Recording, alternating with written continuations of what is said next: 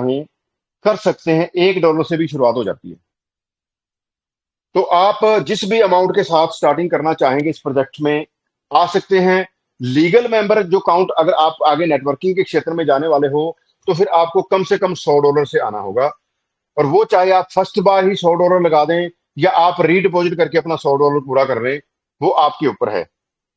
तो जब आपकी इन्वेस्टमेंट होगी तो सबसे पहले तो ये समझते हैं कि आपकी उस इन्वेस्टमेंट का बनेगा क्या, आपको मिलेगा क्या, उसके बारे में बाद में बात करेंगे।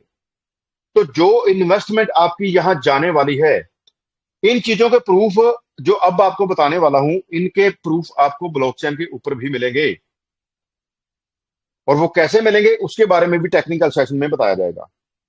जो आप डिपॉजिट करोगे, अब हमने बात की कि ना तो क्रिएटर उसे उसके रेट को प्रभावित कर सकता है, ना उसमें पैसा डाल सकता है, ना निकाल सकता है, ना बाहर से कोई व्यक्ति उस टोकन को खरीद सकता है।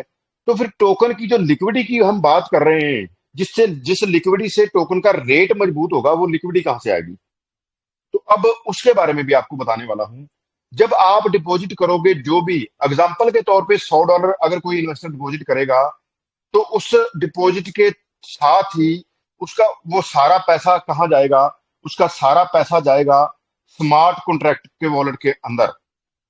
जैसे ही वहां स्मार्ट कॉन्ट्रैक्ट के वॉलेट के अंदर उसका वो पैसा गया, उसमें से वो 35% तुरंत पैनकेक स्वैप को ट्रांसफर कर देगा, क्योंकि पैनकेक स्वैप के ऊपर टोकन लिस्टेड है, तो लिक्विडिटी भी पैनकेक स्वैप के ऊपर ही होगी। तो आपका जो फंड है जो आपने डिपॉजिट किया, उसमें से 35% यानी कि 35% उसी वक्त टोकन की लिक्विडिटी पूल के अंदर चला गया, जो टोकन के रेट को मजबूत करने वाला है। बाकी का जो 60% आपका फंड है, वो जा रहा है ट्रेजरी के अंदर। ट्रेजरी का मतलब नेटवर्किंग मार्केट के अंदर, जो भी नेटवर्किंग मार्केट से मिलने वाला है, आपसे शुरू होकर आपकी अपलाइन को, वो जो पैसा है वो 60% आपके डिपॉजिट में से जमा हो चुका है स्मार्ट कॉन्ट्रैक्ट के अंदर। आपके ऊपर जिस भी लाइन के अंदर आपकी वजह से, आपकी इन्वेस्टमेंट से वजह से नेटवर्किंग अर्निंग जानी है, वो उस पैसे से जाने वाली है। और ये सारी ट्रांजेक्शन भी आपको ब्लॉकचेन के ऊपर मिलेगी। अब बचता है 5%। तो अगर क्रिएटर लिक्विडिटी के साथ छेड़छाड़ नहीं कर सकता, सप्लाई उसके पास बची नहीं है, तो फिर उसे पैसा क्या बचेगा? उसे बचत क्या है? किस किस लिए उसने इस प्रोजेक्ट को डिजाइन किया है? उसकी बचत भी आपकी डिपॉजिट से ही है। यहां ओपनली क्रिएटर ने मांगा है कि जो आप डिपॉजिट करोगे उसमें से 5% जो बचेगा ट्रेजरी में और लिक्विडिटी पूल में जाने के बाद, वो सीधा मेरे अकाउंट के अंदर आएगा, वो क्रिएटर के अकाउंट के अंदर जाएगा, जो क्रिएटर की रियल अर्निंग है इस प्रोजेक्ट से।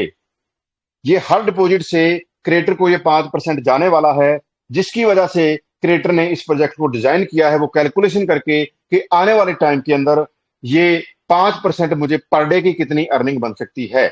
वो कितनी अर्निंग अब तक हो चुकी है 5 दिनों में क्रिएटर के पास, उसके बारे में भी बात करेंगे। इस प्रकार से आपका जो डिपॉजिट है वो डिस्ट्रीब्यूट हो जाएगा इस प्रोजेक्ट के अंदर आपकी इन्वेस्टमेंट के बाद। अब आपकी इन्वेस्टमेंट के बदले आपको क्या मिलने वाला है? आपकी इन्वेस्टमेंट तो ऑलरेडी डिस्ट्रीब्यूट हो चुकी है, जिसमें टोकन के रेट बढ़ाने में भी आपने हेल्प कर दी, और आपके ऊपर जो नेटवर्क है उसको भी अर्निंग जो जाएगी, वहां भी आपके डिपॉजिट से चला गया, क्रिएटर को भी अर्निंग चलेगी। लेकिन आपको क्या? आपने तो पैसा लगाया है ना, फिर आपको क्या मिलने वाला है? तो यहां आपकी उस इन्वेस्टमेंट से आपकी अर्निंग स्टार्ट हो जाएगी फर्स्ट डे से ही। आपको 1% पर डे की अर्निंग मिलने वाली है, और मैक्सिमम आपको 2x मिल सकता है। यानी कि आपको एज ए इन्वेस्टर आपने कोई भी अमाउंट से यहां इन्वेस्टमेंट लगा दी, लेकिन इन्वेस्टमेंट के मामले में यहां एक और कैप है। आप एक दिन के अंदर अपने एक अकाउंट के अंदर $1 से लेकर $1000 तक ही लगा सकते हैं, इससे ज्यादा नहीं लगा सकते। इन ए सिंगल डे आपका मैक्सिमम डिपॉजिट एक अकाउंट के अंदर $1000 हो सकता है, इससे ज्यादा नहीं हो सकता। ये भी एक की पॉइंट है। ये की पॉइंट कैसे काम करता है, इसे थोड़ा आगे समझेंगे। तो आपकी इन्वेस्टमेंट का आपको 2x मिलने वाला है 1% पर डे के हिसाब से, लगातार 200 दिनों तक। और मैक्सिमम आप वन टाइम के डिपॉजिट से 2x ही हासिल कर सकते हैं, इससे ज्यादा हासिल नहीं कर पाएंगे। अब